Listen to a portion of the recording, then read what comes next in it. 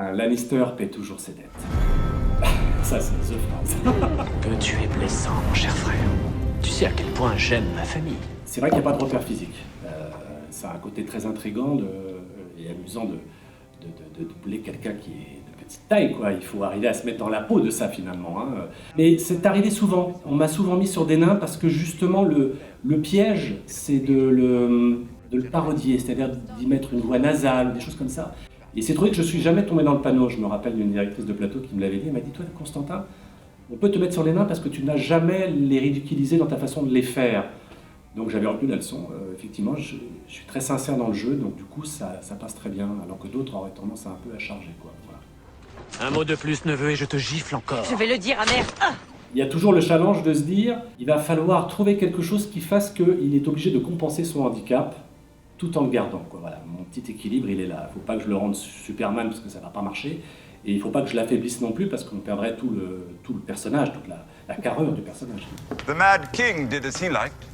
Est-ce que ton oncle Jamie t'a déjà dit ce qui lui est arrivé? Sur Tyrion, ce qui me revient, les retours que j'ai, c'est souvent que vocalement, il est un petit peu plus lourd que moi. Il a une voix très gutturale, plus grave, donc que je n'ai pas. I'm guilty of being a dwarf. Mais j'y amène en revanche une sensibilité qui le rend touchant. J'attacherai à ton amitié une valeur immense. Toutefois, je suis surtout intéressé par ton talent pour le meurtre. C'est des petites choses qui nous échappent d'ailleurs, hein. Je ne cherche pas à contrôler ça, c'est comme ça, hein. Ma nature est comme ça. J'essaie de lui donner ce que j'entends de lui. Hein. Un nouvel ennemi vient d'apparaître. À guerre nouvelle, arme nouvelle. Moi j'aime bien les suivre, parce que, surtout quand on commence à les faire régulièrement, on capte quelque chose, on capte une respiration, on capte une humeur. Et Peter Dinklage, j'ai repéré, je vais dire des tics, mais ce ne sont pas des tics, c'est des trucs à lui, et c'est des points de repère pour moi. Ça, j'adore. Il a des petits soupirs, il a des regards qu'il lève un peu comme ça, ses yeux qu'il lève un peu en l'air. Puis une gestuelle, qui est la sienne, bien sûr, et que je retrouve souvent, quoi. Il y en a 2-3 comme ça, des comédiens que j'aime beaucoup. Il y a Ted Donovan aussi que j'aime beaucoup parce qu'on a la même respiration, et ça, c'est très troublant. Et puis surtout, j'ai Steve Carell qui, lui, j'ai son énergie et j'adore, quoi. Donc à chaque fois que je le retrouve, c'est un vrai bonheur. Je devrais te donner mon or. Toi, pas d'or.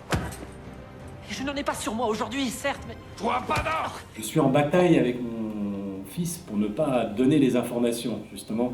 Et là, cette saison, c'est la première fois que l'on fait les doublages avant la diffusion américaine. Donc j'ai les éléments avant mon fils. Là, c'est la guerre à la maison, donc à chaque fois, je joue avec ses nerfs en lui disant « Est-ce que je t'ai dit au fait que... Papa, tais-toi » Donc, oui, oh là là, oui, on cherche à me soutirer les informations.